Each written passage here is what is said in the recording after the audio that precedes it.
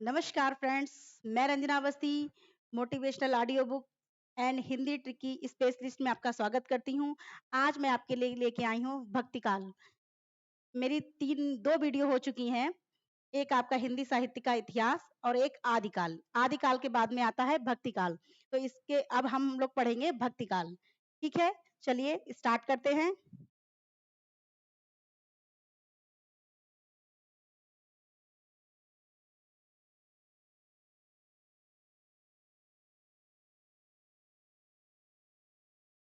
चलिए, भक्ति काल नंबर 1 है हमारा। समग्र भक्तिकालीन काव्य पर कौन सी विशेषता लागू होती है? तो कौन सी विशेषता लागू होती है? अहंकार का त्याग। ठीक है, ये हमारा राइट आंसर है।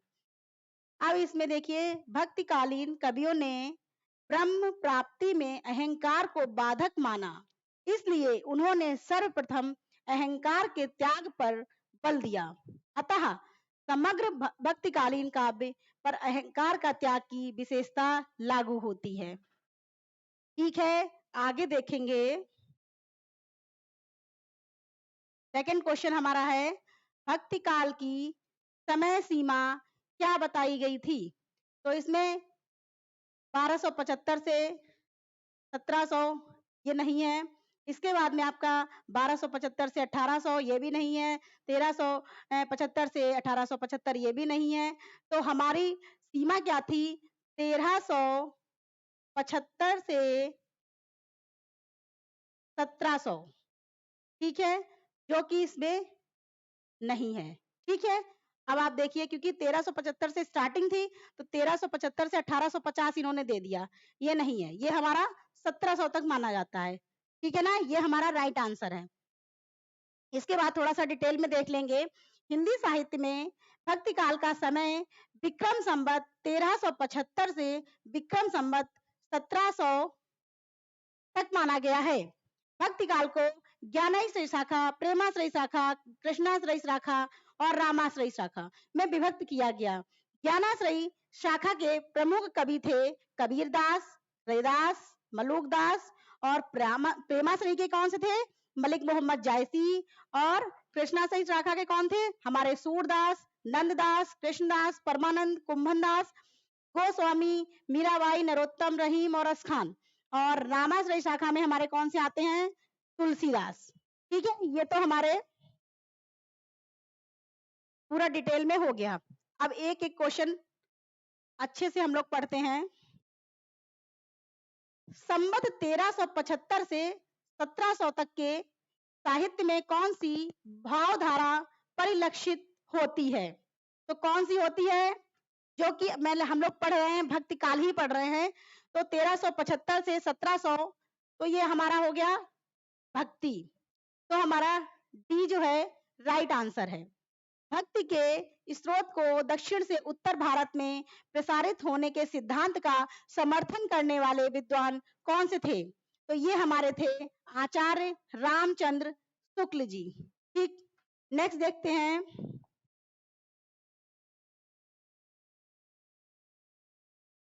जहां पे ट्रिक आएगी मैं जरूर बताऊंगी आपको। विशिष्टाद्वैत संप्रदाय के प्रवर्तक रामानुजाचार्य हैं। इनका मत है कि ईश्वर ब्रह्म स्वतंत्र तत्व है, परंतु जीव भी सत्य है, मिथ्या नहीं। ये जीव ईश्वर के साथ संबद्ध है। उनका यह संबंध भी अज्ञान के कारण नहीं है, वह वास्तविक है। मोक्ष होने पर ही जीव की स्वतंत्र सत्ता रहती है। भौतिक जगत और जीव अलग अलग रूप से सत्य है, परंतु ईश्वर की सत्यता इनकी सत्यता से विलक्षण है। ब्रह्म पूर्ण है, जगत जड़ है और जीव अज्ञान दुख से घिरा है। ठीक है, ये तीनों मिलकर एकाकार हो जाते हैं, क्योंकि जगत और जीव ब्रह्म के शरीर हैं और ब्रह्म इनकी आत्मा तथा नियंता है। ब्रह्म से पृथक इनका अस्तित्व नहीं है, ये ब्रह्म की सेवा के लिए ही है। ठीक है, आगे बढ़ते हैं हम लोग।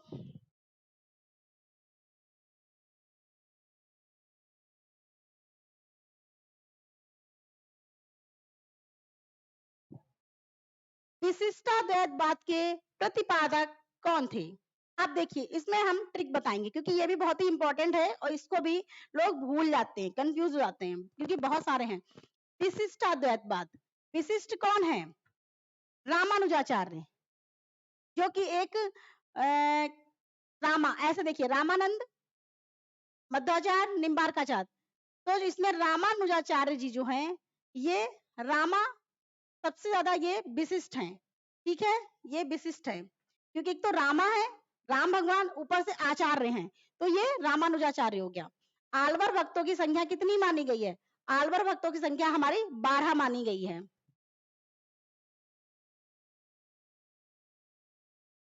वैष्णव भक्ति, वैष्णव भक्ति के विकास क्रम में राम भक्ति सर्वप्रथम दक्षिण के आलवर संतों की वाणी के माध्यम से प्रस्फुटित हुई तथा तदोपरांत उत्तरी भारत में उसका विकास हुआ।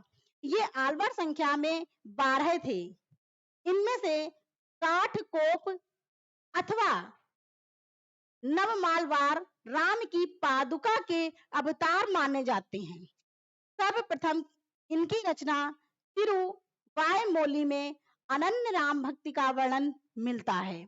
इनकी अन्य प्रसिद्ध रचनाएं हैं तिरुविरुत्तम, तिरुवर्ग सरियम तथा पेरिय तिरुवन्नादादि।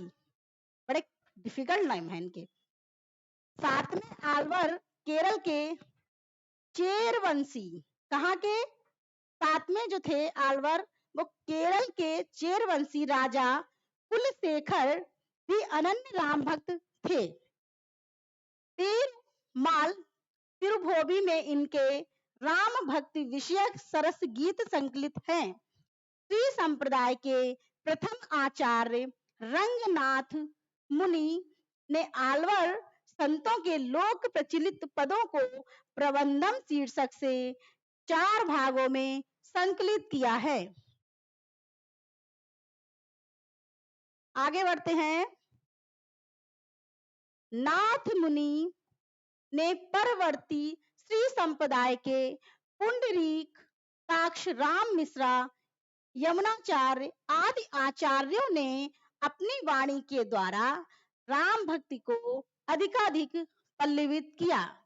आचार्य रामानुज शेष अथवा लक्ष्मण के अवतार माने जाते हैं, ठीक है, रामानुजाजी जो थे वो लक्ष्मण के अवतार माने जाते हैं।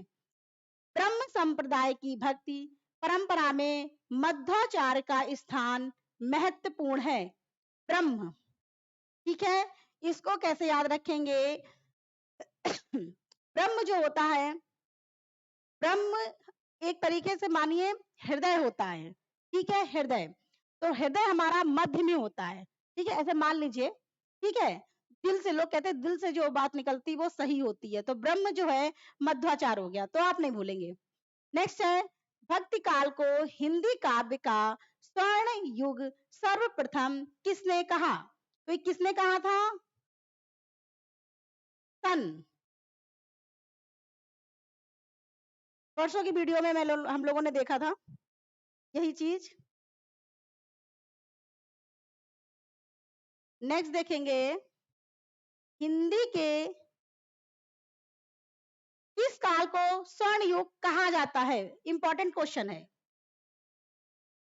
लेकिन ये सबको पता है, भक्ति काल है, ठीक है। हिंदी साहित्य में भक्ति काल को स्वर्ण युग माना जाता है। इस युग में ऐसे महान कवियों का जन्म हुआ जिन्होंने हिंदी साहित्य को एक गौरवशाली स्वरूप प्रदान किया। यद्यपि वे कवि भक्त थे, किंतु उस भक्ति काव्य में जीवदायिनी शक्ति के साथ साथ काव्यात्मकता और सौंदर्य की भी महत्वपूर्ण रचना है। इस काल में कबीर, सूर, तुलसी, नानक, जायसी, नंददास और मीराबाई आदि अनेक महान विभूतियों का इसमें संकलन रहा है। नेक्स्ट देखेंगे भक्ति काल का नाम पूर्व मध्यकाल, पूर्व मध्यकाल किस आचार्य ने दिया? पूर्व मध्यकाल किसने दिया? डॉक्टर नगेंद्र जी ने। किसने दिया है? डॉक्टर नगेंद्र जी ने। पूर्व मध्यकाल, पूर्व मध्यकाल किसने दिया? डॉक्टर नगेंद्र जी ने। 2-3 बार पढ़ेंगे आपको याद हो जाएगा। नगेंद्र द्वारा संपादित इतिहास में काल विभाजन का क्रम इस प्रकार है: आदिकाल, मध्यकाल। तो सबसे पहला है पूर्व मध्यकाल, पूर्व मध्यकाल अथवा भक्तिकाल, ठीक है। उसके बाद में उत्तर मध्यकाल, रीतिकाल, फिर है आधुनिक काल। आधुनिक काल में पुनर्जागरण काल, भारतेय युग, जागरण सुधार काल, द्विवेदी युग, फिर छायावाद युग और छायावादोत्तर युग, ठीक है। आगे देखेंगे, नाभादास कृत भक्तमाल की भाषा क्या है? तो भक्तमाल की भाषा क्या है? ब्रज भाषा है। कौन सी भाषा है? ब्रज भाषा, ठीक है। ऐसे याद रखेंगे, नाभादास कृत भक्तमाल की भाषा ब्रज, नाभादास ब्रज, नाभादास ब्रज। ज्ञानाश्रय शाखा के प्रमुख कवि कौन थे? ज्ञानाश्रय शाखा के, तो ज्ञान कौन बांटता था? सबसे पहले हमारे कबीरदास जी आए, इन्होंने ही ज्ञान बांटा था, ठीक है। सबसे पहले कबीरदास जी का ही नाम है ज्ञानाश्रय शाखा में। आगे है, भक्ति काल को 2 शाखाओं में विभाजित किया गया। पहला है निर्गुण शाखा, फिर है सगुण शाखा। तो निर्गुण शाखा की ज्ञानाश्रयी और प्रेमाश्रयी तथा सगुण शाखा की रामाश्रयी और कृष्णाश्रयी, 2-2 उप शाखाएं हुई हैं। ज्ञानाश्रयी शाखा के प्रमुख कवि कबीरदास हैं, जो कि निराकार ब्रह्म की उपासना करते हैं।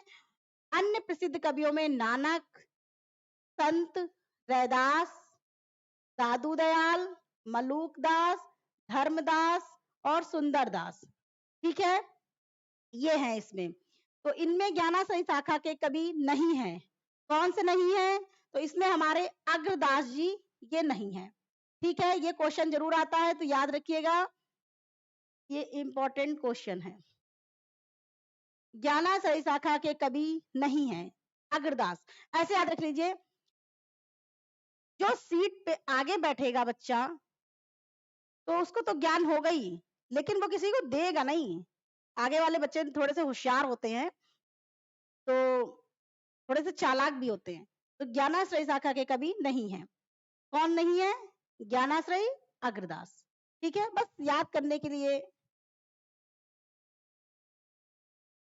ट्रिक बनाई जा रही है। नेक्स्ट है, ज्ञानाश्रयी शाखा के प्रमुख संत कवि का क्या नाम है? तो मेन है वही कबीरदास हमारे, तो कबीरदास जी ही हैं। निम्नलिखित में से संत काव्य परंपरा के अंतर्गत न आने वाले कवि का नाम कौन सा है? जो संत काव्य धारा में, संत काव्य परंपरा में नहीं आते हैं, तो वो कौन से हैं? इसमें जो है आपके नंददास हैं, ठीक है, नंददास हैं। इसको ऐसे भी याद कर सकते हैं, देखिए कबीरदास हैं, नानक हैं, दादू दयाल हैं, नंददास नहीं है, ऐसे याद करिए। संत, संत काव्य परंपरा यानी कि संत में नंद लोग जो होती हैं, वो संत सन्यासी तो होती नहीं है, ठीक है। तो वो जिसकी जिसकी शादी नहीं होती है, तो उसको कहीं शादी कर दी जाती है, लेकिन कोई कुमारी नहीं बैठा रहता है, संत यानी संत, ठीक है। तो उसकी जो है शादी जरूर की जाती है, तो वो संत नहीं है, ठीक है। इसको ऐसे याद रखिए। निर्गुण संत कवियों में सर्वाधिक शास्त्रज्ञ और सुशिक्षित, मतलब सबसे ज्यादा पढ़े लिखे, सबसे ज्यादा, और ये सुंदर भी बहुत थे। कौन? सुंदरदास। इसी के बेस पे इनका नाम रखा गया होगा, सुंदरदास। सबसे ज्यादा सुंदर थे और सबसे ज्यादा पढ़े लिखे थे ये, और इनको जो है शास्त्रों का भी विशेष ज्ञान था। निर्गुण संत कवियों में सर्वाधिक शास्त्राज्ञ एवं सुशिक्षित सुंदरदास थे। कहते हैं कि अपने नाम के अनुरूप अत्यंत सुंदर थे। सुशिक्षित होने के कारण उनकी कविता कलात्मकता से युक्त, भाषा परिमार्जित थी, ठीक है। आगे है, ज्ञान मार्गी शाखा,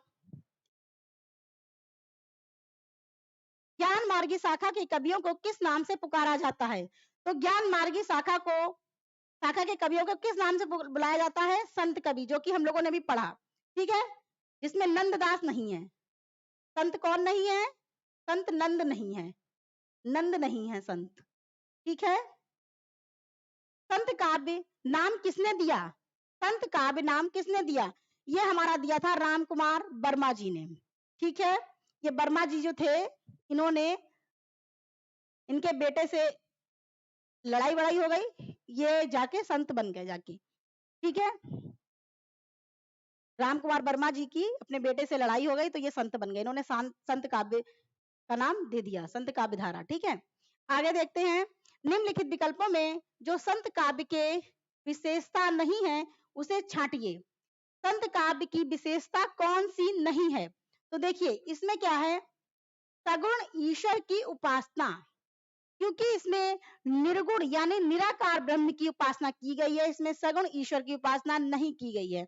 इसमें बताया गया था, इसमें जो जो है, जाति पात का विरोध किया गया, गुरु का महत्व प्रतिपादन किया गया और वाह आडंबरों का खंडन किया गया, ठीक है। लेकिन सगुण ईश्वर की उपासना इन्होंने नहीं की, ठीक है। इसमें क्या है आगे देखते हैं,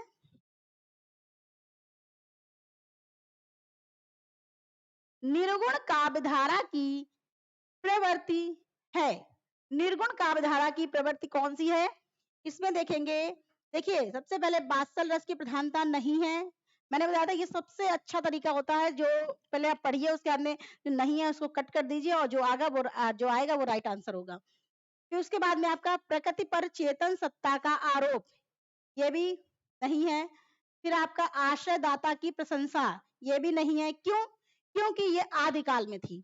रूढ़ियों और वह आडंबरन का विरोध, ये हम लोगों ने अभी जस्ट इससे पहले पढ़ा, ठीक है। इसमें देखिए, निर्गुण काव्यधारा की प्रवृत्ति में बौद्धों के समान अवतारवाद, मूर्ति, तीर्थ, व्रतमाला आदि सभी वाह आडंबरों एवं रूढ़ियों का विरोध किया गया, ठीक है। नेक्स्ट देखते हैं, अजगर करे न चाकरी, पंछी करे न काम, दास मलूका कह गए जिनके दाता राम, ठीक। अजगर करे न चाकरी, ये तो आई थिंक सबको याद होगा। तो अजगर करे न चाकरी, पंछी करे न काम, ठीक है, दास मलूका कह गए, कौन है इसके? मलूक दास जी, ठीक। ज्ञान बोध किसकी रचना है? ज्ञान बोध मलूक दास की है, इसकी बहुत अच्छी मलूक दास की और आपके कबीर दास की और जितने भी राइटर हैं उनकी बहुत अच्छी मैंने ट्रिक बनाई है, उनको मैं डिटेल में जरूर बताऊंगी, आराम से आपको सारी रचनाएं याद हो जाएंगी ट्रिक के माध्यम से, क्योंकि इनको याद करना बहुत ही टेढ़ी खीर है। देखिए ज्ञान बोध मलूक दास की रचना है। मलूक दास के अन्य प्रमाणिक ग्रंथ हैं रतन खान, भक्त वक्षावली, भक्ति विवेक, ज्ञान परोक्षी, 12 खड़ी, राम अवतार लीला, ब्रज लीला, ध्रुव चरित, विभव विभूति, सुख सागर तथा स्फुट पद इत्यादि हैं, ठीक है। मलूक दास के कौन कौन से हैं एक बार फिर देख लेते हैं। रतन खान, ज्ञान बोध तो इनकी है ही, रतन खान, भक्त वक्षावली, भक्ति विवेक, ज्ञान परोक्षी, 12 खड़ी, राम अवतार, ब्रज लीला, ध्रुव चरित, विभा विभूति, सुख सागर तथा स्फुट पद आदि। भक्ति विवेक निम्नलिखित में से किसकी रचना है? जैसा कि हम लोगों ने भी पढ़ा, भक्ति विवेक मलूक दास जी की है। रज्जब अली खां के गुरु कौन थे? तो रज्जब अली खां के गुरु दादू दयाल थे, ठीक है। रज्जब अली खां के गुरु दादू दयाल थे। नेक्स्ट देखते हैं, कबीर दास के गुरु कौन थे? कबीर दास के गुरु का नाम इसमें जो है ही नहीं, रामानंद थे, ठीक है। Ramchandra wrong, Dayanand wrong, Raghavanand wrong, Bhayanand wrong, तो इसमें दिया नहीं है कबीर दास के गुरु का नाम रामानंद, हाँ ठीक है। नेक्स्ट देखेंगे, कबीर ने जिस प्रकार एक निराकार ईश्वर के लिए भारतीय वेदांत का पल्ला पकड़ा, उसी प्रकार निराकार ईश्वर की भक्ति के लिए सूफियों का प्रेम तत्व लिया। अपना निर्गुण धूमधाम से निकाला। यह कथन किसका है? तो यह कथन है आपके आचार्य रामचंद्र शुक्ल जी का। मोस्टली आप देखेंगे इसमें रामचंद्र शुक्ल जी और हजारी प्रसाद द्विवेदी का ही आता है। अगर रामचंद्र शुक्ल जी हैं तो रामचंद्र शुक्ल जी ही होंगे, मोस्टली यही होता है। और अगर रामचंद्र शुक्ल जी नहीं है तो हजारी प्रसाद द्विवेदी होंगे। ठीक है, इसको हम लोग ऐसे लिंक कर लेंगे। देखिए मैं बता रही हूँ, कबीर ने जिस प्रकार एक निराकार ईश्वर के लिए भारतीय वेदांत का पल्ला पकड़ा, उसी प्रकार उस निराकार ईश्वर की भक्त के लिए सूफियों का प्रेम तत्व लिया, अपना निर्गुण धूमधाम से निकाला। इस चीज को आप लिंक कर लीजिए, धूमधाम से निकाला। तो धूमधाम से किसकी बारात निकली थी? रामचंद्र भगवान की निकली थी। किसकी निकली थी? रामचंद्र भगवान की बारात निकली थी। ठीक है, जैसे ही आएगा आप तुरंत आपके दिमाग में क्लिक करेगा कि धूमधाम से निकला, यानी धूमधाम से क्या निकला? रामचंद्र शुक्ल जी की बारात निकली थी। आजकल तो सबकी बारातें बड़ी धूमधाम से निकलती हैं। इसके बाद में देखेंगे, तुम जिन जानो गीत हैं यहु निज ब्रह्म विचार। तुम जिन जानो गीत हैं यहु निज ब्रह्म विचार, किसने कहा? तो देखिए, ब्रह्म की बात किसने की? ये कबीर दास जी ने की। किसने की? ब्रह्म की बात कबीर दास जी ने की। तो ये आपका कबीर दास जी हैं इसके। इसके बाद में नेक्स्ट है, मसी कागद छुओ नहीं कलम गओ नहीं हाथ, किसके विषय में कहा गया है? तो ये कबीर दास के विषय में कहा गया है। कबीर दास जी, कहा जाता है कि कबीर दास जी पढ़े लिखे नहीं थे, फिर भी इनका सोचिए कितना नाम है, कितनी रचनाएं की, बहुत बड़ी बात है।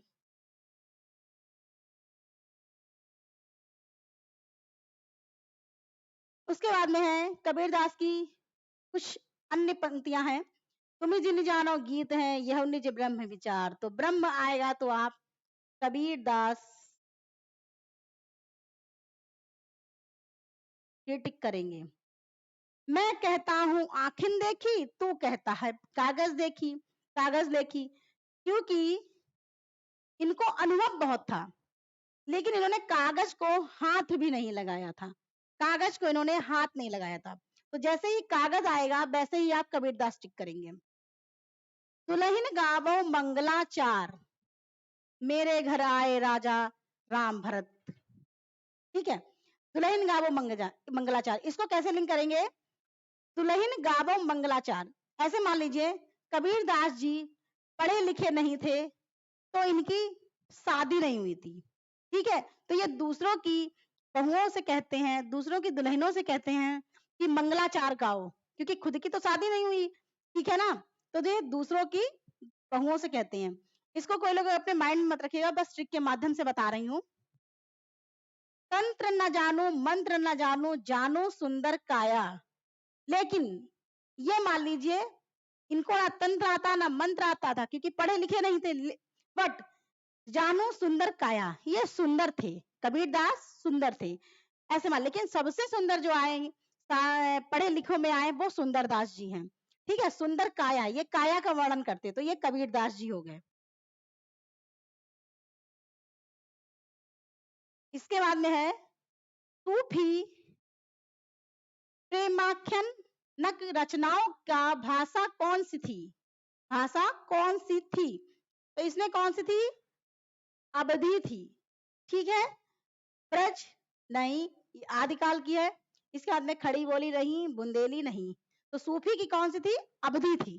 ठीक है, इसके बाद में हम लोग देखेंगे इन गाथाओं की भाषा अवधि है, इनमें जो है दोहा चौपाई छंदों का प्रयोग किया गया।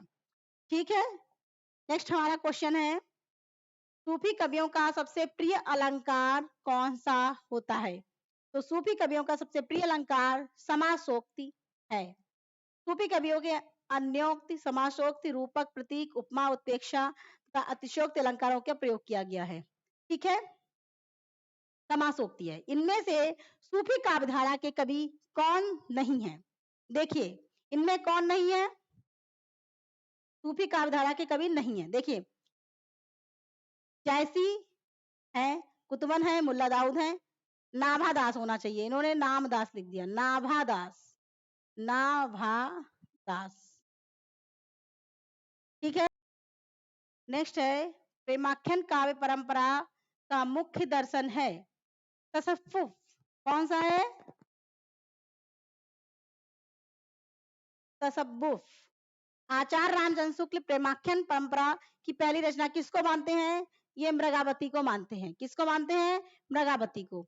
ठीक है, क्योंकि रामचंद्र जी प्रेम से क्या पकड़ने गए थे? मृग को पकड़ने गए थे जो सोने का था। ठीक है,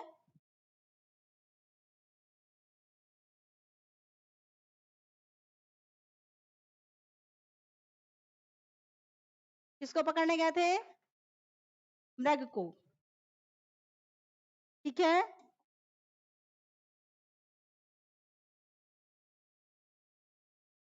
दसवां क्वेश्चन है,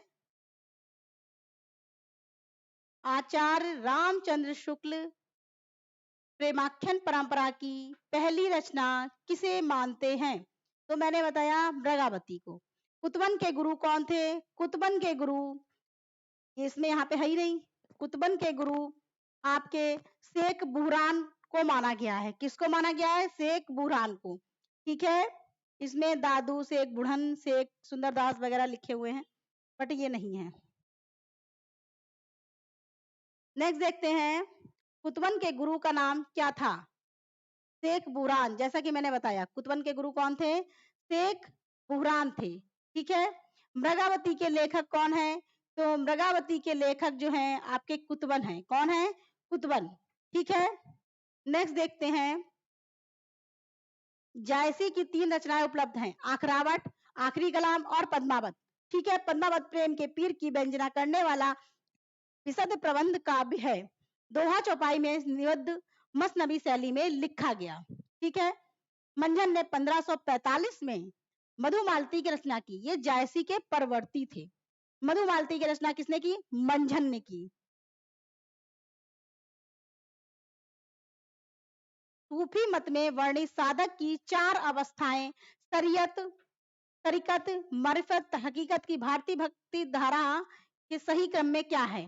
तो हम लोगों का क्या होना चाहिए? आचरण सही होना चाहिए, दूसरा उपासना भी करनी चाहिए, तीसरा सिद्धावस्था भी होनी चाहिए, चौथा सत्यबोध, जो सबसे इंपॉर्टेंट है। ठीक है, आगे बढ़ेंगे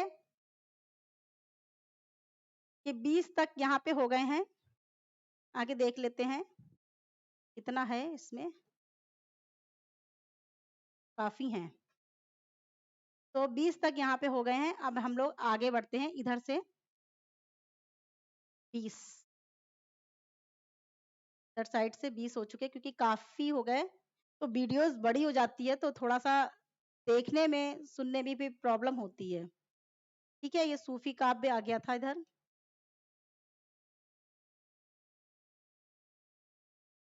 काफी भक्तिकाल चैप्टर आई थिंक बहुत बड़ा है ना, इसी वजह से। अच्छा भी बहुत है, मुझे तो भक्तिकाल चैप्टर बहुत अच्छा लगता है।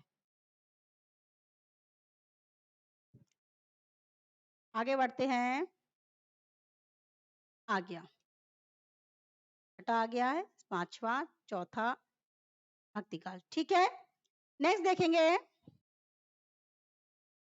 हिंदी भक्तिकाल बाहरी आक्रमण की प्रतिक्रिया है। यह कथन निम्नलिखित में से किस विद्वान का है?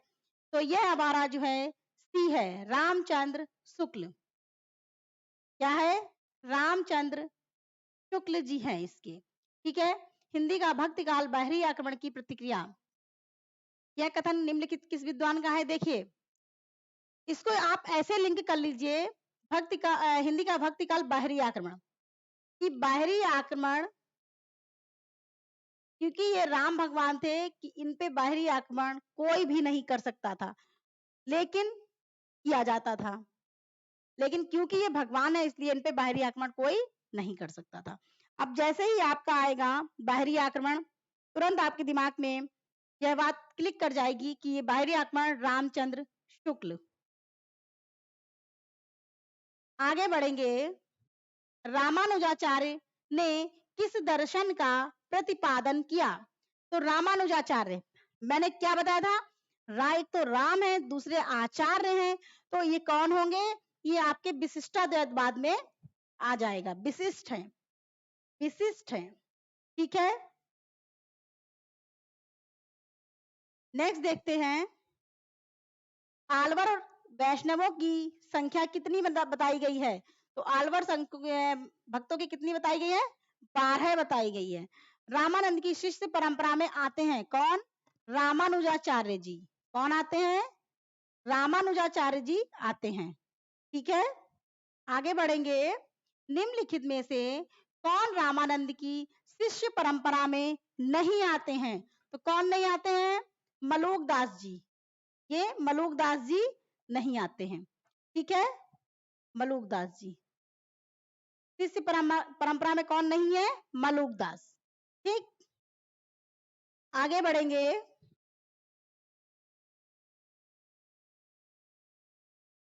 निम्नलिखित में से कौन स्वामी रामानंद का शिष्य नहीं है, कौन नहीं है रामानंद का शिष्य, नरहरिदास, कौन नहीं है, नरहरिदास। ठीक, भक्तमाल के रचनाकार कौन है, ये हमारे नाभादास जी हैं। ठीक है, नाभादास द्वारा लिखित अष्टयाम किस भाषा में लिखी गई थी, तो ये हम लोग आगे पढ़ चुके हैं, ये ब्रज भाषा में लिखी गई थी। नाभादास जो लिखी गई थी अष्टयाम, ये ब्रज भाषा में लिखी गई थी। ठीक है, आगे देखेंगे, अष्टयाम के रचयिता कौन है, अष्टयाम के रचयिता नाभादास जी हैं। भक्तमाल के रचयिता नाभादास के गुरु का नाम क्या था, इसमें नाभादास जी के गुरु का नाम पूछ लिया गया, तो गुरु इनके कौन थे, अग्रदास। ऐसे सोच लीजिए, आभा नाम की एक लड़की है, वो आगे वाली सीट पे बैठी है, अग्रदास। ठीक है, नेक्स्ट देखेंगे, संत काव्य धारा, हालांकि हम लोग पीछे पढ़ चुके हैं कि इस इधर से ऐसे दिया गया है। संत काव्य धारा, संत साधना का साहित्यिक रूप प्रारंभ हुआ कहां से, ये आ चुका है, ये वाला आ चुका है, मैंने दिया है, और मैं इसको 3 बुक्स में पढ़ चुकी हूँ, पंढरपुर। ठीक है, पंढरपुर है। निम्नलिखित संत कवियों में से कौन कवि पढ़ा लिखा था, तो ये हमारे सुंदरदास जी थे, जैसा कि मैंने बताया था। इनमें से कौन सा कवि संत कवि नहीं है, तो ये तुलसीदास जी हैं। तुलसीदास संत नहीं थे, क्योंकि इनकी शादी वगैरह भी हो चुकी थी रत्नावली से, तो ये संत नहीं थे। ठीक है, आगे बढ़ेंगे, हरडे वाणी एवं अंग बधु किसकी है, ये आपकी दादू दयाल की है। ठीक है, निर्गुण ज्ञानाश्रयी शाखा का दूसरा नाम क्या है, निर्गुण ज्ञानाश्रयी शाखा का दूसरा नाम संत साहित्य है। ठीक है, नेक्स्ट देखेंगे, आचार्य रामचंद्र शुक्ल ने भक्ति काल के निम्नलिखित कवियों में से किसे सबसे कम महत्व दिया, सबसे कम महत्व किसको मिला है, रामचंद्र शुक्ल ने दिया है, जो कि कबीरदास जी को दिया था। पता नहीं क्या रहा होगा, कबीरदास जी को इन्होंने बिल्कुल भी महत्व नहीं दिया, ये मान लीजिए बिल्कुल महत्व नहीं दिया। ठीक है, भाषा बहुत परिष्कृत और परिमार्जित ना होने पर भी कबीर की उक्तियों में कहीं कहीं विलक्षण प्रभाव और चमत्कार हैं, प्रतिभा उनमें प्रखर थी, इनमें कोई संदेह नहीं है। यह पंक्ति के लेखक कौन है, आचार्य रामचंद्र शुक्ल जी हैं। ठीक है, ये कबीर के बारे में लिखते हैं, भाषा बहुत परिष्कृत थी, परिमार्जित ना होने पर भी कबीर की उक्तियों में कहीं कहीं विलक्षण प्रभाव है और चमत्कार है, प्रतिभा उनमें प्रखर थी, इसमें कोई संदेह नहीं है। एक तरफ से तारीफ भी कर रहे हैं और दूसरा इन्होंने उनको महत्व भी कम दिया। सदुक्कड़ी भाषा से आशय क्या है, सदुक्कड़ी भाषा से आशय हमारा है जिसमें अनेक प्रांतीय भाषाओं बोलियों के शब्दों का मिश्रण हो। सदुक्कड़ी मतलब साधु की भाषा, गांव की भाषा, शहर की भाषा, पंचमेल खिचड़ी भी बोला गया है, क्योंकि हर जगह का इन्होंने, हर जगह गए, भ्रमण इन्होंने किया था, तो इस वजह से जो है इनकी भाषा जो थी मिक्स हो गई थी, इसलिए इनकी भाषा को सदुक्कड़ी बना दिया गया। ठीक है, और रामचंद्र शुक्ल ने कबीर की भाषा को सदुक्कड़ी कहा है, क्योंकि रामचंद्र जी की इनकी पटती नहीं थी, इसलिए इन्होंने सदुक्कड़ी बोल दिया। लेकिन श्याम सुंदर दास ने पंचमेल खिचड़ी बोल दिया। ठीक है। तो पंचमेल खिचड़ी जो होगी वो कैसी बनेगी? सुंदर बनेगी। कैसी बनेगी? सुंदर बनेगी। जब पंचमेल खिचड़ी इन द सेंस कि जब हम लोग खिचड़ी बनाते हैं तो उसमें बहुत सारी चीजें डालते हैं, तो जब वो हम लोग खूब सारा चीजें मिक्स कर देंगे तो खिचड़ी जाहिर सी बात है बहुत सुंदर बनेगी। ठीक है। और दूसरा जो है, रामचंद्र शुक्ल ने, इनकी पट्टी नहीं थी तो इन्होंने सधुकड़ी बोल दिया, साधु बोल दिया इनको। ठीक है, आगे बढ़ेंगे। कबीर के गुरु का नाम क्या था? तो कबीर के गुरु का नाम रामानंद था, जैसा कि अभी इधर साइड में आया था तो उसमें दिया नहीं था, तो उसमें ये रामानंद जी हैं। कबीर बाणी के डिटेक्टर थे। यह अभिमत किस आलोचक का है? तो यह हजारी प्रसाद द्विवेदी का है। इन्होंने इनको बहुत ही वैल्यू दी। इन्होंने कहा कबीर बाणी के डिटेक्टर हैं, और डिटेक्टर जो है वो मैं एक बार नहीं 1000 बार कह चुका हूं कि कबीर ही हैं जो बाणी के डिटेक्टर हैं। मैं 1000 बार कह चुका हूं कबीर जो हैं वो बाणी के डिटेक्टर हैं। ठीक है, नेक्स्ट देखेंगे। कबीर वाणी के डिटेक्टर थे, किसने कहा? तो ये हजारी प्रसाद द्विवेदी ने कहा। 1000 बार कहा कि कबीर जो है वाणी के डिटेक्टर हैं।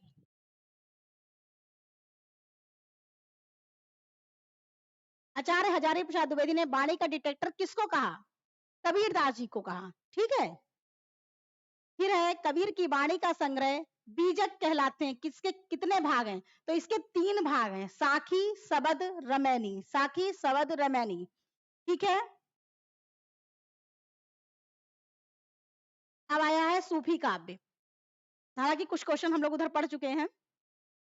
हिंदी का प्रथम सूफी काव्य किसको कवि माना गया है? हिंदी का प्रथम सूफी कवि किसको माना गया है? तो इसमें आपके मुल्ला दाऊद हैं। इसको तो मैंने ऐसे याद किया, मुल्ला बजही भी हैं, जायसी हैं, कुतबन है, ये तो सब चेंज कर दिए जाते हैं, लेकिन मुल्ला दाऊद आपने जो है दाऊद, दाऊद से थोड़ा सा लिंक ये लगाइए, ताऊ। ठीक है, ताऊ। तो जो घरों में ताऊ लोग होते हैं तो उनकी वैल्यू बहुत ज्यादा होती है। ठीक है, बड़े होते हैं इसलिए उनकी वैल्यू ज्यादा होती है, उनकी सारे लोग बातें मानते हैं। ठीक है, तो मुल्ला दाऊद, ताऊ मुल्ला दाऊद। ठीक है, नेक्स्ट देखेंगे। सूफी काव्य पद्धति का अंतिम ग्रंथ कौन सा है? तो सूफी काव्य पद्धति का अंतिम ग्रंथ यानी लास्ट में जो लिखा गया वो कौन सा है? यूसुफ जुलेखा। यूसुफ जुलेखा। मृगावती भी बीच में किया गया, पद्मावत भी, इंद्रावती। यूसुफ जुलेखा जो है ये सबसे लास्ट वाला है। ठीक है, और ये रचना यूसुफ जुलेखा की जो रचना थी ये किसने की थी? शेख निसार ने किया था। अनहलक मैं ही ब्रह्म हूं की घोषणा किसने की थी? मंसूर ने की थी। अनहलक। अब देखिए इसको आप लोग कैसे याद करें? अनहलक, जायसी, अमीर खुसरो, कबीर। वैसे तो डिफरेंट नाम लग रहा है मंसूर, लेकिन ऐसा होता ना कि मंसूर नाम कम आया है, तो जब किसी ने पढ़ा नहीं होता उसको यही लगता है कि ये कबीरदास जी का है या अमीर खुसरो का है। ठीक है, लेकिन ऐसा नहीं है। इसको ऐसे याद करिए, हलक। हलक यानी ये जो होता है हलक, कि हम लोग कोई चीज खाते हैं तो हलक से नीचे जाती है। ठीक है, तो हलक में मसूर की दाल फंस ना जाए, बस ये समझ लीजिए। हलक में मसूर की दाल फंस ना जाए, तो अनहलक मसूर। ठीक है, नेक्स्ट है आचार्य रामचंद्र शुक्ल ने प्रेमाख्यान परंपरा का हिंदी में प्रवर्तक प्रथम कवि किसे माना? तो किसको माना? कुतवन को माना। ठीक है, रामचंद्र शुक्ल ने प्रेमाख्यान परंपरा का हिंदी में प्रथम प्रवर्तक किसको माना? तो किसको माना? कुतवन को माना। ठीक है, ये याद रखिए, कुतवन। ठीक है, आचार्य शुक्ल ने मृगावती की रचयिता कुतवन को प्रेमाख्यान परंपरा का प्रथम कवि माना। ठीक है, जिसमें कि कुतवन कृत मृगावती में नायक राम कुमार और नायिका मृगावती के प्रथम दर्शन जन्य प्रेम का निरूपण अत्यंत भावात्मक शैली में हुआ है। इसमें कौन थे? मृगावती में नायक जो था वो राम कुमार था, और जो नायिका थी वो मृगावती थी। नेक्स्ट है कुतवन की रचना कौन सी है? तो कुतवन की रचना कौन सी है? मृगावती। कुतवन की रचना मृगावती। मुल्ला दाऊद की भाषा कौन सी है? ठेठ अवधी। मुल्ला दाऊद। अब जैसे समझिए, मैंने बताया मुल्ला दाऊद, ताऊ, ठीक है। तो इनकी भाषा ठेठ अवधी है, बिल्कुल स्पष्ट बोलते हैं, ठीक है, अवधी में।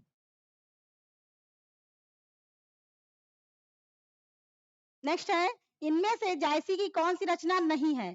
तो देखिए इनमें से कौन सी नहीं है? चित्रावली। तो चित्रावली जो है ये हमारी उस्मान की है। किसकी है? उस्मान की। तो देखिए चित्रावली उस्मान की रचना है, जबकि आखिरी कलाम अखरावट तथा पद्मावत जायसी की रचनाएं हैं, ठीक है। और जिसमें जायसी की रचना में सबसे अच्छी जो है वो पद्मावत है, ठीक है। इनमें से कौन सी रचना जायसी कृत नहीं है? तो कौन सी नहीं है? मधुमालती। मधुमालती किसकी है? मंझन की है, ठीक है। मधुमालती के रचनाकार कौन है? मंझन है, ठीक है। आगे देखेंगे, जायसी किस धारा के कवि हैं? तो जायसी किसके हैं? जायसी प्रेम के हैं, प्रेमाख्यानक काव्य धारा के, ठीक है, इसको याद रखिएगा। आगे बढ़ेंगे, सूफी मुक्तक काव्य का प्रथम रचयिता इनमें से कौन सा कवि था? तो सूफी मुक्तक काव्य का कौन था? मुक्तक काव्य, सूफी मुक्तक काव्य। तो इसमें से अमीर खुसरो जी हैं। कौन है? अमीर खुसरो, जिन्होंने मुक्तक शैली पर भी रचनाएं की थी, ठीक है। मुक्तक शैली में लिखने वालों में अमीर खुसरो का नाम सबसे पहले आता। मुक्त थे, अमीर लोग मुक्त होते हैं, ऐसे याद रखिए, अमीर लोग मुक्त होते हैं, उनको किसी भी चीज की कोई प्रॉब्लम नहीं होती है, जो चीज चाहते हैं वो चीज खरीद लेते हैं, मुक्त होते हैं, फ्री होते हैं। मलिक मोहम्मद जायसी को जायसी कहा जाता है क्योंकि वो जायसी गोत्र में पैदा हुए ना, जायसी मत के मानने वाले थे ना, जायस नामक स्थान के निवासी थे। ये भी आ चुका है, ठीक है, ये भी आ चुका है। आगे देखेंगे, कयामत का वर्णन जायसी द्वारा रचित काव्य में हुआ है। तो कयामत किसमें हुआ? आखिरी कलाम में हुआ। किसमें हुआ है? ये आपका आखिरी कलाम में हुआ है, ठीक है। मलिक मोहम्मद जायसी के प्रसिद्ध प्रबंध काव्य का क्या नाम है? प्रबंध काव्य का नाम पद्मावत है। प्रबंध पद्मावत, प्रबंध पद्मावत। आगे बढ़ेंगे, पद्मावत के रचनाकार, पद्मावत के रचनाकार का क्या नाम है? मलिक मोहम्मद जायसी। ये तो सबको याद हो गया होगा। अखरावत काव्य कृति के रचयिता कौन है? ये भी मलिक मोहम्मद जायसी हैं। जायसी की सर्वोत्कृष्ट ग्रंथ का नाम क्या है? क्योंकि मैंने बताया पद्मावत सबसे ज्यादा इनका अच्छा ग्रंथ और इंपॉर्टेंट ग्रंथ बताया गया है। पद्मावत क्या है? पद्मावत एक त्रासदी है। क्या है? त्रासदी। प्रबंध काव्य है और त्रासदी है, ठीक है। पद्मावत में रत्नसेन किसका प्रतीक माना गया है? तो पद्मावत में रत्नसेन जो माना गया है वो मन का माना गया। मैंने तो इसको ऐसे याद किया क्योंकि इसमें 4 5 6 है, तो सेन, सेन से है मन, ना लास्ट में है और ना लास्ट में है। रत्नसेन, पद्मावत में रत्नसेन मन का प्रतीक है।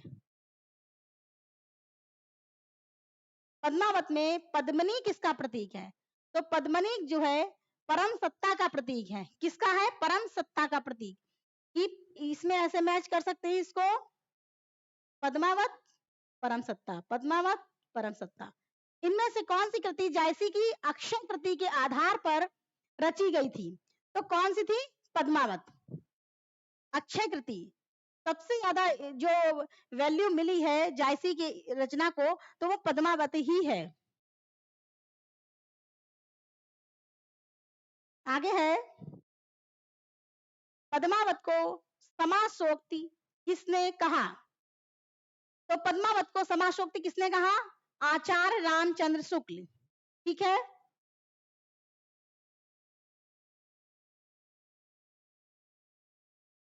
ये एक बार आया था, अनुराग बासरी की रचना काल क्या था? तो 1821 ईस्वी था और 1178 हिजरी था। ठीक है। हाँ, ये वाली एक लाइन आई थी, हिंदू मत पर पाँव न राख्यो का जो बहुते हिंदी भाख्यो। ये नूर मोहम्मद जी की, किसकी है? नूर मोहम्मद की। हिंदी भाषा में रचना करने पर किस सूफी कवि को मुसलमानों का उपालंब सुनने को मिला था? किसको मिला था? नूर मोहम्मद को मिला था कि इन्होंने मोहम्मदन होते हुए भी इन्होंने बहुत सारी रचनाएं की, ठीक है, भक्ति में। तो इनको जो है बहुत मुसलमानों ने इनको बहुत सारी बातें सुनाई कि ऐसा तुम क्यों कर रहे हो। तो ये हमारे नूर मोहम्मद जी ही थे। सूफी काव्य परंपरा का एक ग्रंथ है इंद्रावती, इसके रचनाकार कौन है? तो इंद्रावती के रचनाकार नूर मोहम्मद हैं।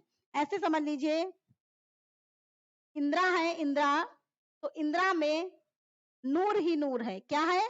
नूर ही नूर है। ऐसे मान लीजिए इंद्र, इंद्रा, इंद्र, इंद्र भगवान है, तो कितने सुंदर इंद्र भगवान दिखाए जाते हैं। तो इंद्र भगवान बहुत ही सुंदर है, उनके अंदर नूर ही नूर है। ठीक है, आगे बढ़ेंगे। राम भक्ति काव्य, तो राम भक्ति काव्य में है, हाँ, स्वामी अग्रदास किस काव्य धारा के कवि हैं? स्वामी अग्रदास किस काव्य धारा के कवि हैं? तो देखिए, अग्रदास जी जो हैं वो राम भक्ति और काव्य धारा के हैं। राम भक्ति काव्य धारा के अग्रदास जी हैं। जो आगे बैठेगा वो राम भगवान को जपेगा, जो आगे बैठेगा वो राम भगवान को जपेगा। तुलसी की भक्ति का स्वरूप क्या था? तो तुलसी की जो थी वो दास भाव थी, सूरदास की जो थी वो वात्सल्य थी। ठीक है।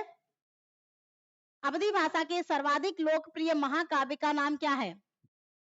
अवधी भाषा के सर्वाधिक लोकप्रिय महाकाव्य का नाम है रामचरितमानस। ठीक है, ये जो है संवत 1631 में लिखी गई थी। ठीक है, और ये 2 साल 7 महीने 26 दिन में कंप्लीट हो पाई थी। ठीक है। अच्छा, ये जो आते हैं कि अभी आपको बता रहे हैं, रामचरितमानस दोहा चौपाई में लिखा गया महाकाव्य है। तो ये 7 कांड जो सीरियल से लिखने के लिए आते हैं कि चौथे कांड में क्या है, 5वें कांड में क्या है, इस टाइप से आ जाते हैं। तो मैंने जो ट्रिक लिखी है उसको आप देख लिए। बा, आ, आ, की, तू, ल,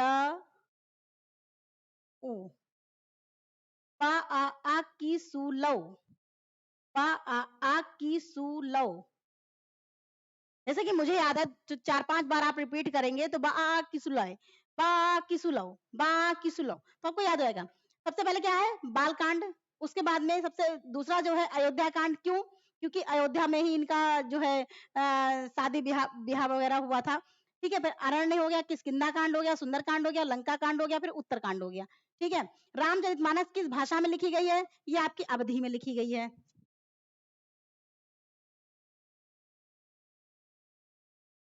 राम कथा पर आधारित तुलसीदास के महाकाव्य का क्या नाम था? रामचरितमानस ही था। तो रामचरित की भाषा क्या है? अवधी है। ये तो याद ही हो गए होंगे बच्चों आप लोगों को। अर्थ न धर्म न काम रुचि, गति न चाहूं निर्वाण, जन्म जन्म रति राम पद यह वरदान न आन। यह भरत के लिए बोला गया था। रामचरितमानस में यह आकांक्षा निम्नलिखित में से किसकी है? भरत की। अर्थ न धर्म न काम रुचि, गति न चाहूं निर्वाण, जन्म जन्म रति राम पद यह वरदान न आन। इसका मतलब क्या हुआ? इसमें देखिए, इसको आप ऐसे याद कर सकते हैं, भरत को राजगद्दी दी गई थी। राम भगवान जब वन में थे तो भरत को राजगद्दी दी गई, लेकिन उन्होंने एक्सेप्ट नहीं किया, उन्होंने नहीं लिया। तो उन्होंने सीधा सीधा कह दिया, अर्थ न धर्म न काम रुचि, मतलब मेरा कोई भी काम में रुचि नहीं हो रही है। ठीक है, तो बस इतना ध्यान रखिए।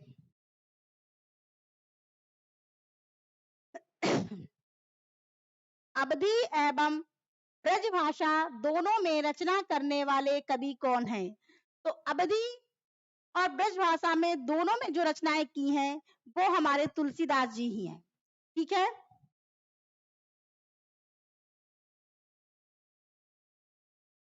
निम्नलिखित में कौन सी रचना तुलसीदास की नहीं है? देखिए, रामचंद्रिका ये हमारी केशवदास की है। किसकी है? केशवदास की। कवितावली इनकी है, विनय पत्रिका भी इनकी है, गीतावली भी इनकी है, लेकिन रामचंद्रिका इनकी नहीं है। रामचंद्रिका केशवदास जी ने लिखी थी। भक्तिमाल की भक्ति काल की रामाश्रय शाखा के निम्न में से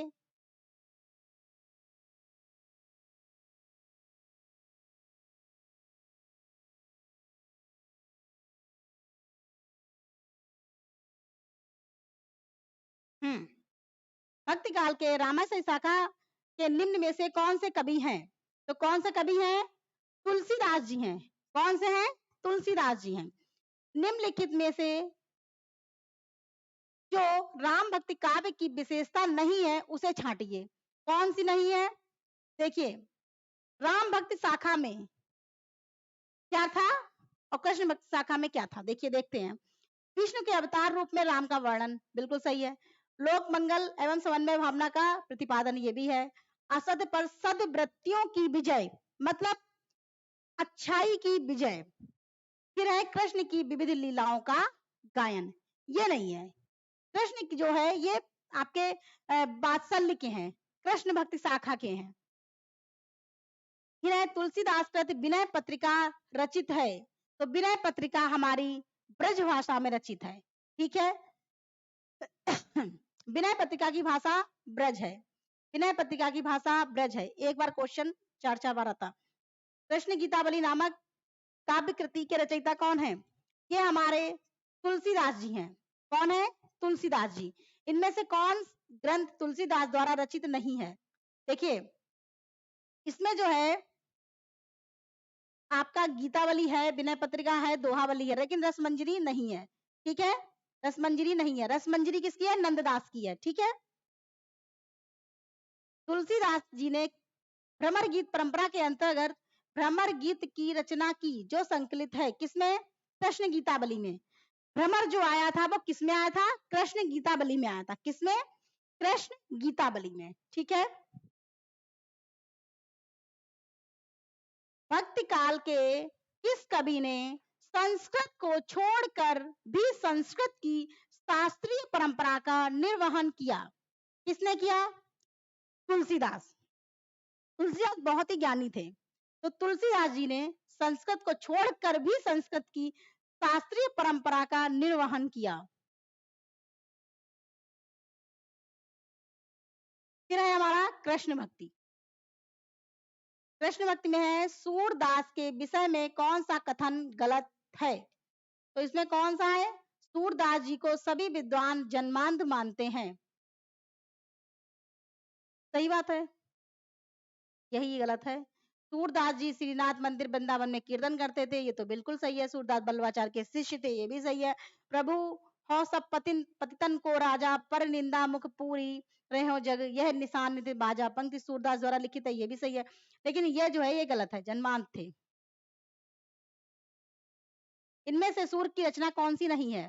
तो इसमें देखिए, इनकी थी सूर सागर साहित्य रैली, सूर सारावली। ठीक है। तो इसमें जो है रास पंचाध्यायी ये नहीं है। रास पंचाध्यायी जो है ये आपके नंददास की है। सूरदास किस रस का कोना कोना झांका है? किस रस का है? वात्सल्य का। सैयद इब्राहिम का कवि नाम क्या है? तो सैयद इब्राहिम का नाम है रस खान। ठीक है। प्रेम वाटिका नामक ग्रंथ के रचयिता कौन है? प्रेम वाटिका के रचयिता है रस खान। ठीक है। भक्ति काल के किस कवि को जड़िया कहा गया है? ये आपके नंददास हैं। ठीक है। भ्रमर गीत परंपरा में भंवर गीत की रचना किसने की? देखिए, भ्रमर गीत परंपरा में भंवर गीत, भावरे जो है वो किसकी पड़ती हैं? नंदों की पड़ती हैं। ठीक है ना, भावरे नंदों की पड़ती हैं। जैसा कि ऊपर था, ऊपर देखा था आप लोगों ने, संत काव्यधारा में कौन नहीं था? नंद नहीं थी, नंददास नहीं थे। ठीक है। रास पंचाध्याय के लेखक कौन है? ए और सी। इसमें आपके नंददास भी हैं और रहीमदास भी हैं, क्योंकि कुछ कवियों ने सेम रचनाएं की हुई हैं, तो इसमें नंद भी हैं और रहीम भी हैं। मीराबाई का मलार किसकी कृति है? ये मीराबाई की है। फिर है मीराबाई के गुरु का नाम क्या था? मीराबाई के गुरु का नाम आपके रैदास था। क्या था? रैदास। इनमें से पुष्ट मार्ग कवि कौन है? तो पुष्ट मार्ग के कौन है? सूरदास हैं। पुष्ट थे, हष्ट पुष्ट। सूरदास कैसे थे? हष्ट पुष्ट थे। निम्नलिखित में से किसकी पुष्टि मार्ग की स्थापना की? किसने पुष्टि मार्ग की स्थापना की? ये वल्लभाचार्य ने की। अच्छा, इसमें भी बड़ा कंफ्यूजन होता कि पुष्टि मार्ग की स्थापना किसने की और अष्टछाप कवि, अष्टछाप को किसने प्रतिपादित किया? देखिए, तो निम्नलिखित में से किसने, देखिए इसमें देखिए, इनमें से पुष्टि मार्ग कवि कौन है? तो ये हमारे हो गए सूरदास, हष्टपुष्ट थे। निम्नलिखित में से किसने पुष्टि मार्ग की स्थापना की? तो स्थापना कौन करेगा? जिसके पास बल होगा। स्थापना मतलब किसी भी चीज को खड़ा करना। तो स्थापना किसने की? जिसके पास बल होगा वही स्थापना कर पाएगा। वल्लभाचार्य द्वारा रचित ग्रंथ का नाम क्या है? अणुभाष्य। क्या है? अणुभाष्य। कृष्ण काव्यधारा के प्रवर्तक कौन थे? कृष्ण काव्यधारा के प्रवर्तक हमारे वल्लभाचार्य जी थे। ठीक है। इनमें से कृष्ण भक्ति, कृष्ण भक्त कवि कौन सा नहीं है? तो इसमें कौन नहीं है? तुलसीदास जी नहीं है। ठीक है। फिर है आपके कई चिंतन एवं कला धाराओं का योगदान मिलता है। कई चिंतन और कला धाराओं का, यानी जहां पे कलाएं की गई, बहुत सारी कलाएं की गई हैं। ठीक है, तो उसमें है आपके कृष्ण भक्ति धारा में। इसको थोड़ा सा देख लेते हैं, इंपॉर्टेंट है, यही याद नहीं होता। देखिए, पल्लवा वल्लभ संप्रदाय वल्लभाचार्य, निम्बार्क संप्रदाय निम्बार्काचार्य, राधा वल्लभ हिथरी। राधा जो है, राधा जी जो हैं, भले उनको कृष्ण ना मिले हों, ठीक है, लेकिन सबसे ज्यादा भक्ति राधा जी ने की है। और वो राधा जी सबका हित चाहती हैं। क्या चाहती हैं? हित चाहती हैं। उसके बाद में हरिदास संप्रदाय हरिदास का ही है, और ये इसको सखी संप्रदाय के नाम से भी जानता है, क्योंकि हरिदास स्वामी हरिदास नहीं देंगे ये लोग पेपर में, सखी संप्रदाय देंगे, क्योंकि कंफ्यूज करने के लिए।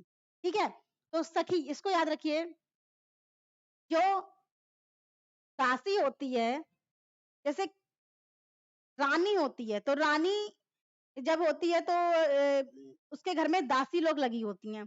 तो जो दासी होती है, तो उसमें क्या होता है, वो एक सखी के रूप में काम करती है, कि सारी बातें उसको पता होती हैं कि कहाँ पे क्या चल रहा है, तो वो एक सखी रूप में होती है। दासी सखी के रूप में वहां पे काम करती है।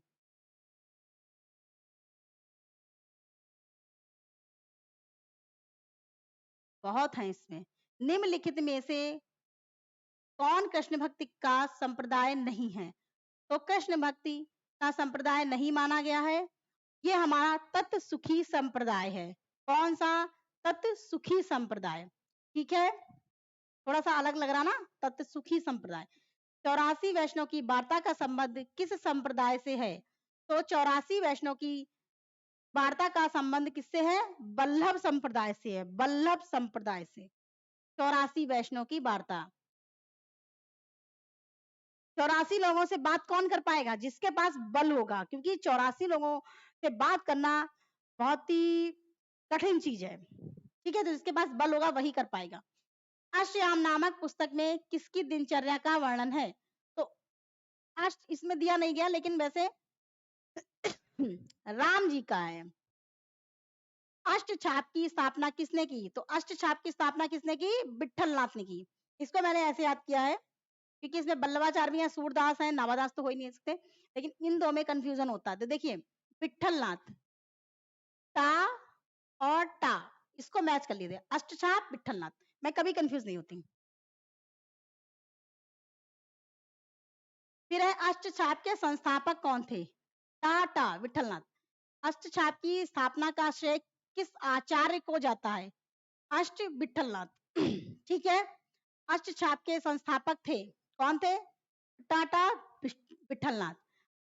अष्टछाप में कौन सम्मिलित नहीं है? ठीक है, इसको भी मैंने एक ट्रिक से याद किया है, इसको भी आप देख लीजिए। सूर पर कुंभ, कुंभ, सूर पर कुंभ चतुर्भुज, उसके बाद में है शीत, फिर है कृष्ण, फिर है नंद, उसके बाद में सूर पर कुंभ चतुर्भुज शीत स्वामी कृष्ण कृष्ण स्वामी और आपके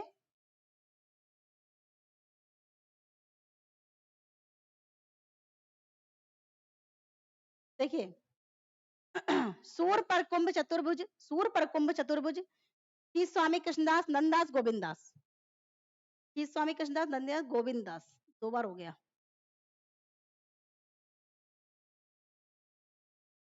गोविंद। सूर पर कुंभ चतुर्भुज शीत कृष्ण नंद गोविंद, ठीक है। सूर पर कुंभ चतुर्भुज, सूर पर कुंभ चतुर्भुज नंद शीत कृष्ण नंद गोविंद, ठीक है। अब अष्टछाप में सम्मिलित कौन नहीं है देखिए, इसमें आया केशवदास, केशवदास नहीं है देखिए, सूर भी था, नंद भी है, वो कुंभन दास भी है, कुंभ हो गया आपका, शीत भी हो गया और आपके नंददास भी हो गए। तो सूर पर कुंभ कृष्ण, सूर पर कुंभ सूर पर कुंभ कृष्ण चतुर्भुज शीत स्वामी नंद कृष्ण गोविंद, ठीक है। इस तरीके से याद कर लिया। सूरदास किसके शिष्य थे? तो सूरदास बल्लवाचार्य जी के शिष्य थे। किसके थे? बल्लवाचार्य जी के शिष्य थे, ठीक है। इसमें विठलनाथ जी के नहीं थे, बल्लवाचार्य जी के शिष्य थे, ठीक है। निम्नलिखित में से किस अष्टछाप, निम्नलिखित में से अष्टछाप के कवि कौन नहीं है? अष्टछाप कवि देखिए, सूर पर कुंभ कृष्णानंद शीत स्वामी, मलूक दास नहीं है, ठीक। बी क्वेश्चन बिल्कुल राइट है। निम्नलिखित में अष्टछाप के अंतर्गत ना पढ़ने वाले कवि का नाम कौन सा है? तो इसमें जो है सुंदरदास नहीं है, ठीक है। उसके बाद में है निम्नलिखित में से कौन सा कवि अष्टछाप का कवि नहीं है? तो इसमें देखिए ये हरिव्यास देव, ये नहीं है। आगे है खेट कौतुकम, किसकी रचना है? खेट कौतुकम, तो खेट कौतुकम आपकी रहीम जी की है, ठीक है। खेट कौतुकम रहीम जी की है। परवे नायिका भेद किसकी है? ये आपके रहीम जी की है। रहीम कृत, रहीम कृत मदनाष्टक की भाषा कौन सी है? ये खड़ी बोली है, ठीक है, खड़ी बोली। रहीम कृत मदनाष्टक की भाषा आपकी खड़ी बोली है, ओके। चलिए ये यहां तक हो गए। आपका रीतिकाल स्टार्ट होगा। अब हम लोगों ने इधर साइड पढ़ा था 20 तक।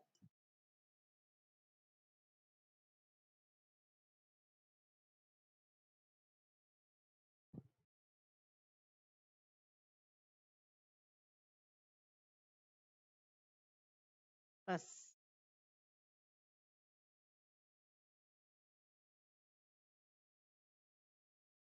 आगे बढ़ते हैं।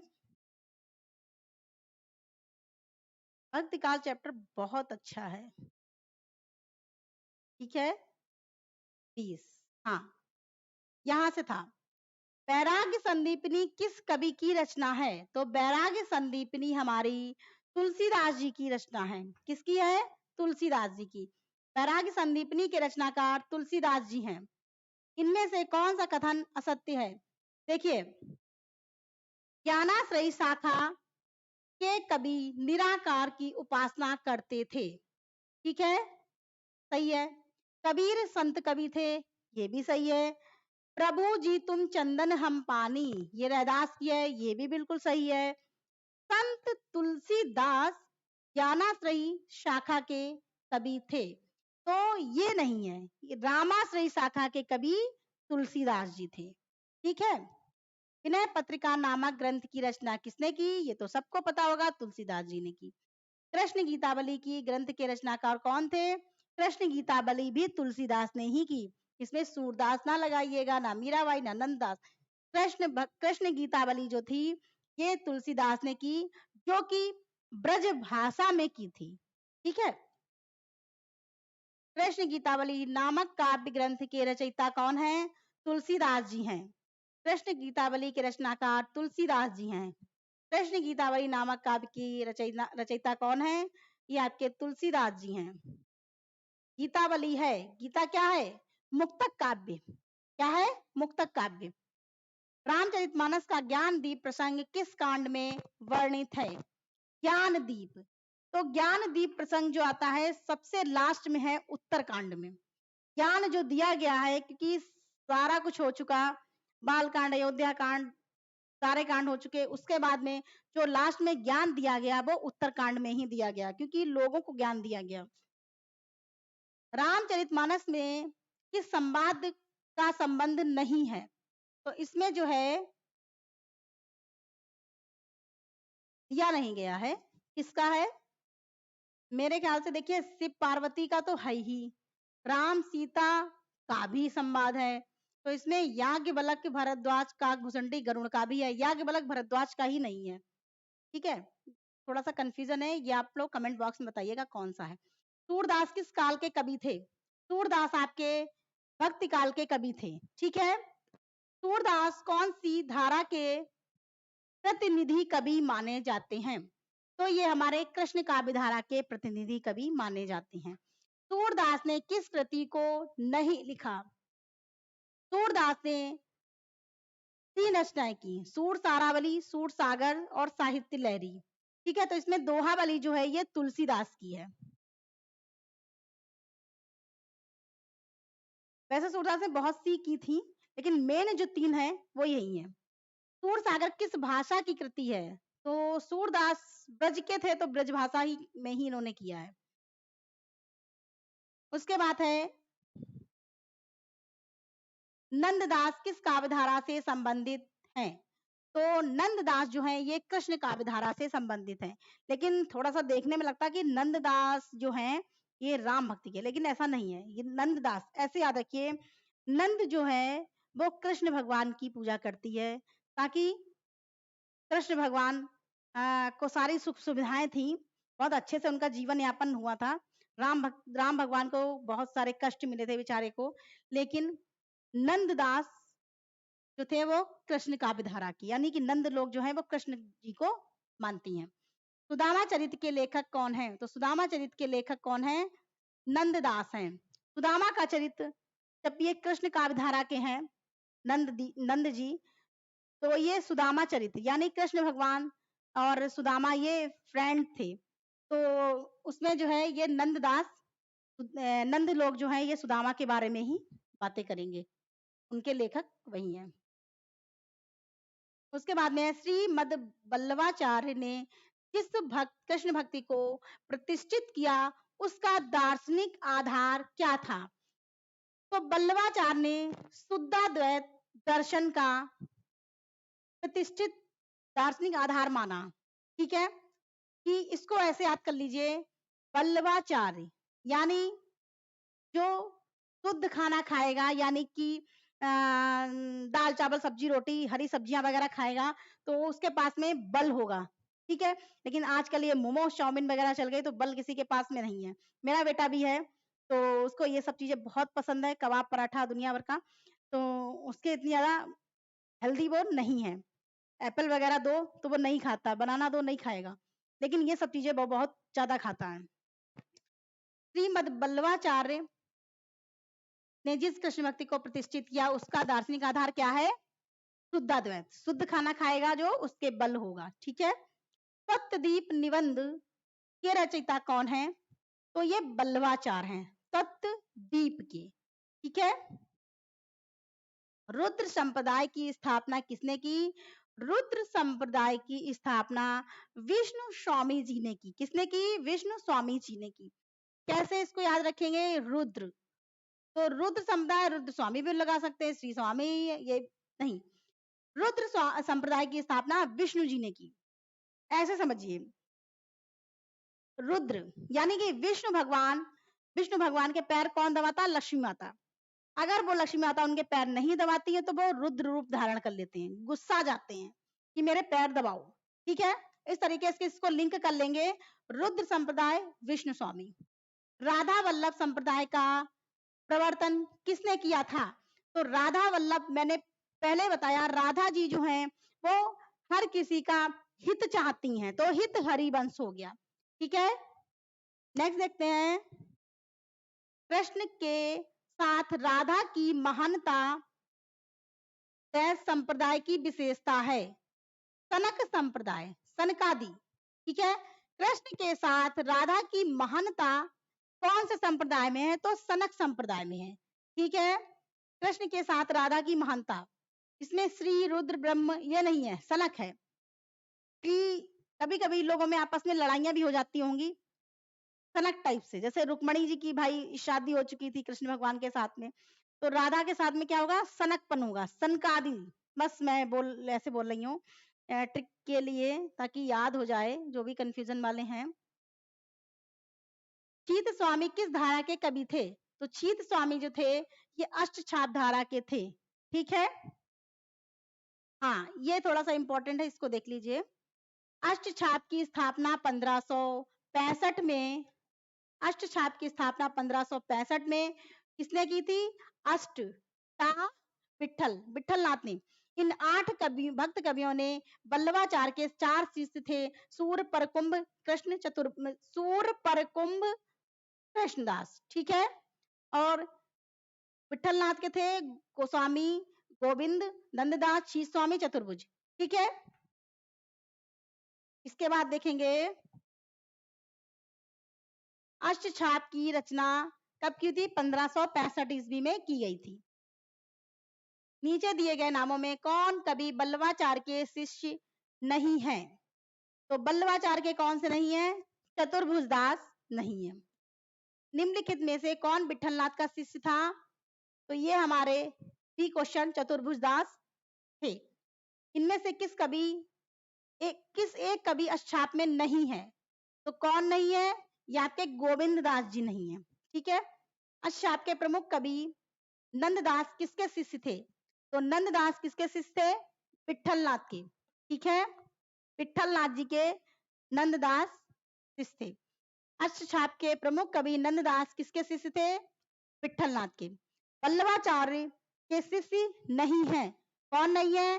चतुर्भुज दास, ठीक है। निम्नांकित में से कौन अष्टछाप का कवि नहीं है? कौन नहीं है? स्वामी हरिदास जी, ठीक है। नेक्स्ट देखते हैं, हरिदास संप्रदाय को अन्य नाम से किस नाम से पुकारा जाता है? हरिदास सखी, ठीक है। हरिदास यानी हरिदासी भी हो सकता है, हरिदास भी हो सकता है। तो दासी का संबंध मैंने सखी से बताया था, ठीक है। जुगलमान चरित्र नामक ग्रंथ के लेखक कौन है? जुगलमान के कृष्णदास जी हैं, कृष्णदास जी हैं, ठीक है। मध्य भागवत भ्रमर गीत प्रसंग का मूल स्रोत है, कौन सा है? इसमें 10वें स्कंद में ये आएगा। भ्रमर गीत जो है 10वें स्कंद में आएगा, 10, ठीक है। भ्रमर जो था, ऐसे मान लीजिए भ्रमर जो थे वो 10 थे। भ्रमर कितने थे? 10 थे। तो ये आपका हो गया भक्तिकाल। नेक्स्ट आएगा रीतिकाल, ठीक है। रीतिकाल ज्यादा बड़ा नहीं है, लेकिन भक्तिकाल सबसे ज्यादा बड़ा था, ठीक है। तो इसमें जो है सारे क्वेश्चन आपके हो गए। तो आगे बढ़ेंगे, नेक्स्ट वीडियो जो हम लेके आएंगे वो आपकी रीतिकाल की होगी। और उम्मीद है आपको ये वीडियो अच्छा लगा होगा। और कोई भी बुक अगर आप चाहते हैं ट्रिक के माध्यम से तो प्लीज मुझे जरूर बताइए, और प्लीज लाइक शेयर कमेंट जरूर कर दिया करिए। और थैंक यू सो मच।